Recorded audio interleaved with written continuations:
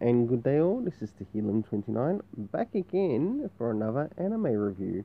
And this time I'll be reviewing the whole season 1 of the Pretty Boy Detective Club. And my goodness, I was really impressed with this series. As it's also been a while since I actually last watched a shoujo anime of any sorts. The last one that I actually watched was actually Ouran High School Host Club. And let me say something. You can't run these pretty boy detectives. I did not expect to enjoy this series as much as I did. And it really had a lot to offer. Yes, it did have some similarities to Ouran High School Host Club, but not all of the things were the same. Yes, it was still held in an art room. Yes, you had this character that encounters, well, a boys' group of sorts. But the way this character starts to interact with the Pretty Boy Detectives Club happens pretty much within the first arc, which takes up around roughly 3 episodes. And in this first 3 episodes, we do get an introduction to the characters and also how Mayumi, who is actually the character in whose eyes we're seeing this happening, just some information even from the website. Mayumi Dojima is a young girl who has been searching for a star she saw only once 10 years ago. She visits the headquarters of the Pretty Boy Detectives Club, where she meets 5 pretty boys who are each unique in their own way. Her encounter with the boys marks the beginning of an extraordinary search for a lost star. Well, moving into this lost star arc, or this missing star arc, we get the characters, to which I'll name and point out who they are in the picture before you. The one with the blue hair is Manabu, and boy, this character is bloody crazy, especially within this first arc. And one of the crazy things he does is, well, to help take the enemy off the sight of Mayumi, he dresses up as a girl.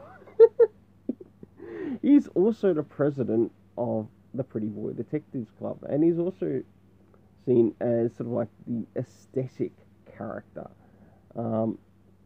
Moving into the next character, and of course you also get a variety of views as well.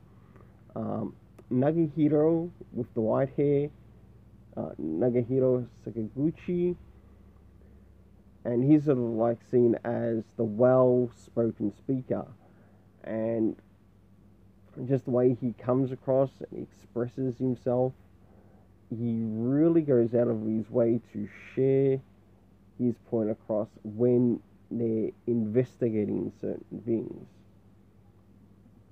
To the red hair, I really enjoyed Mayumi's description of this character. She called him the delinquent in the subs, and I really enjoyed that.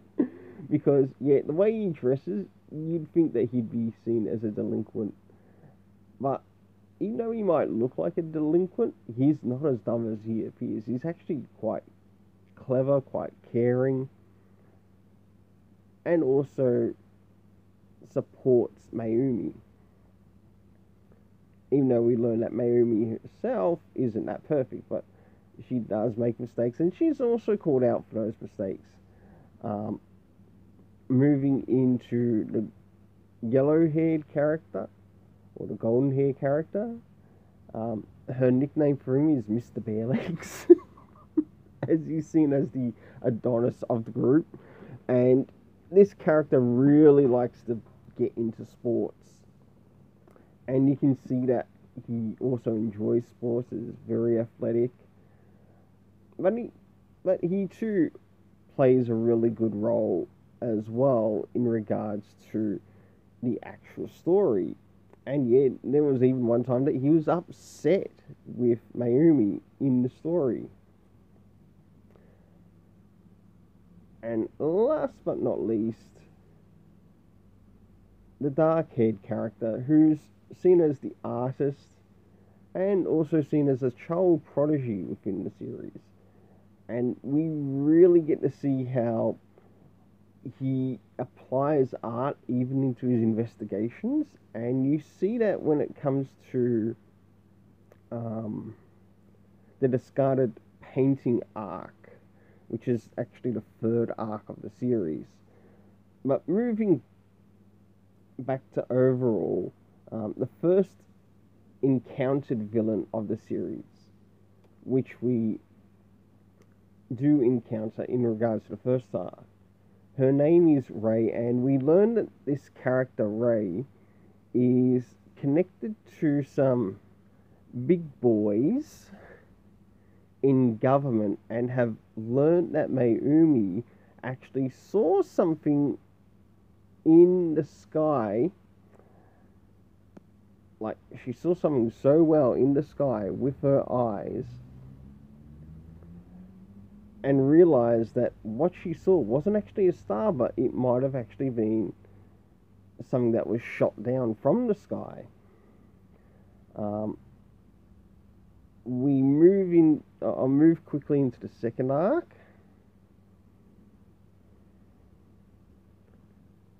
to which we meet Lai Futasuki. Now, this character of Lai, this is where the casino arc begins, sort of like after the first arc. And in this, they investigate the appearance of like some notes, and these certain notes you learn sort of like have an invitation to go to a certain casino, which is actually held at another school. And they go in, they investigate what's happening there, and they have a look, and sure enough, Mayumi ends up seeing something, to which there's a bit of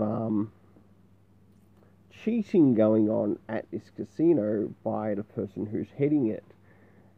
And that does sort of like begin to get exposed, but they can only do so much within their own power. Moving into the discarded painting arc. Now, this was quite interesting. I liked how this arc came across. And this is where we end up meeting sort of like the next new villain, Kawako Tawai. And we learned that this character was actually a teacher at the very school that they teach at Yubiwa Academy. And they ended up sort of like leaving some discarded paintings in the attic, and of course the pretty boy detectives discover it whilst they were actually trying to do some things themselves. And through it, we do get a refresher back from another character who returns, of Lai Futasuki. And when this character comes in, he ends up leaving behind some contact lenses, to which Mayumi ends up sort of like starting to see things slightly differently once again in regards to solving the case. And they soon realize that the crime that she actually committed is that she was trying to do a whole piece of art that took up a whole room. It almost sounds as if she was going like an architectural an architecture type art form, and you see sort of like how far that teacher was wanting to go with learning or getting teachers or getting the school to actually teach art in there. The next character, which we fall into sort of like a fourth arc, but it's more so like a sub arc, and it's the story of an unrelenting lover of sorts. And in this, we also learn of an event that had occurred and happened with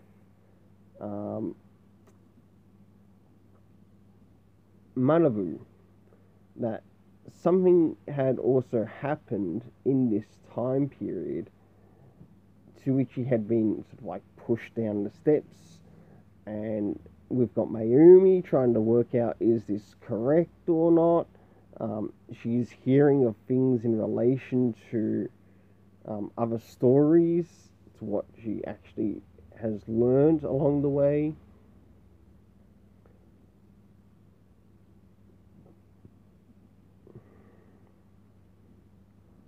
And the character's name to which we encounter is Kodaki Kawaiki. Of course, Japan loves their cute names. So this had to do with a character who was an unrelenting lover that got turned down by one of the members of the Pretty Boy Detectives Club, and something had occurred and turned up in the Pretty Boy Detectives Club. They thought it actually, of the very thing that turned up in the Pretty Boy Detectives Club, they actually thought it was in relation to the previous thing that they had solved, but it turned out not to be. And from there, the story took its time and smoothed things out as to what was happening there. And you did eventually learn what actually happened to Manabu, from Manabu himself. And the way the detective really worked well, is that you also get to hear every person's side, or every person's view, as to how they viewed each and every detective case, like from the first arc, the second arc, the third arc, which is the discarded painting, and of course this fourth arc of the unrelenting lover, and to which you also learn that this unrelenting lover once was sort of like meant to be committed to a arranged marriage with one of the characters within the Pretty Boy Detectives Club. I won't give it away who it is, but it was really interesting. Moving into the fifth arc. Now, this one had to do with the student president arc, or student council president arc. And in it, we encounter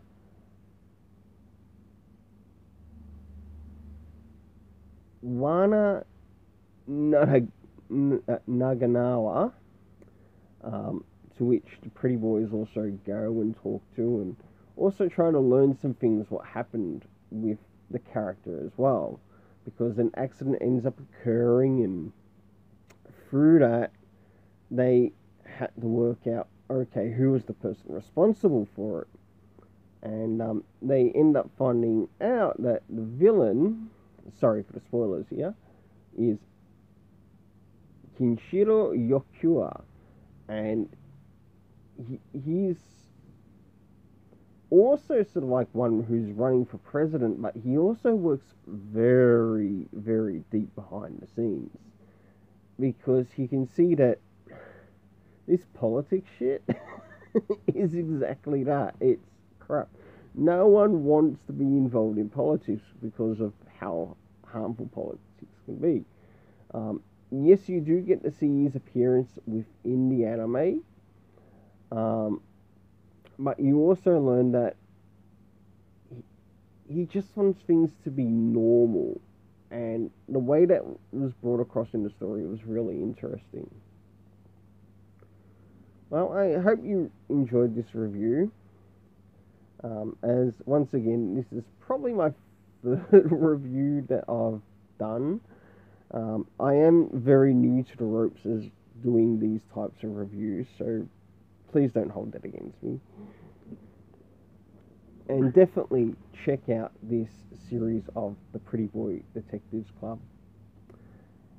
Well, until then, let's keep it colourful and have yourself an awesome day.